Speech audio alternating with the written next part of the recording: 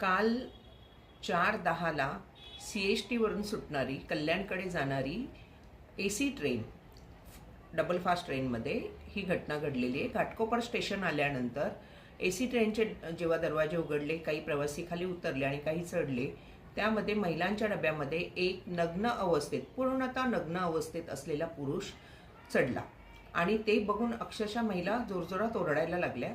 आणि हे प्रत्यक्षदर्शी ज्या ट्रेनमधल्या महिला आहेत त्यांनीच हा व्हिडिओ मला पाठवलेला आहे।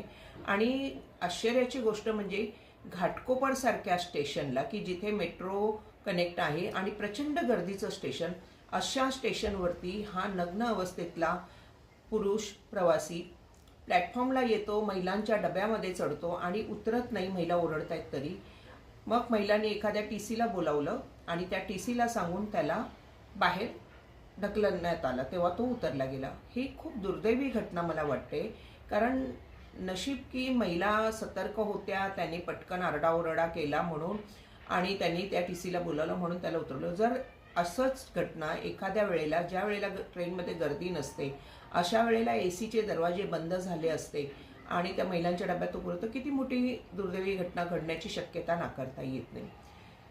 हा विषय खूप गंभीर आहे, याची दखल रेल्वे मंत्री, संबंधित रेल्वे प्रशासन आणि राज्य शासनाने घ्यायला पाहिजे। कारण आज महिलांची सुरक्षितता हा प्रश्न पुन्हा ऐरणीवर आलेला आहे आणि हे घटना जी आहे ती गांभीर्याने आम्ही सगळ्यांनी घ्यायला पाहिजे। कारण आज बघतोय की प्रत्येक स्टेशनला मुंबई शहरातील उपनगरीय ट्रेन ज्या जात आहेत आणि महत्त्वाचे स्टेशन्स आहेत, म्हणजे घाटकोपर झालं, कुर्ला झाला, दादर, डोंबिवली, ठाणे, कल्याण, इथे प्रचंड गर्दी वाढली आहे, महिलांची संख्या वाढली आहे।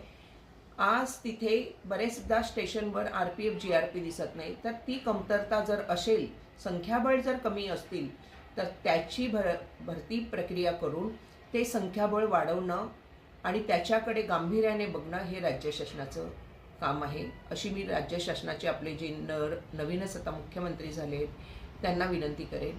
आणि महिलांची सुरक्षितता याला तेवढंच महत्त्व द्या जेवढं तुम्ही इतर विषयावरला देता।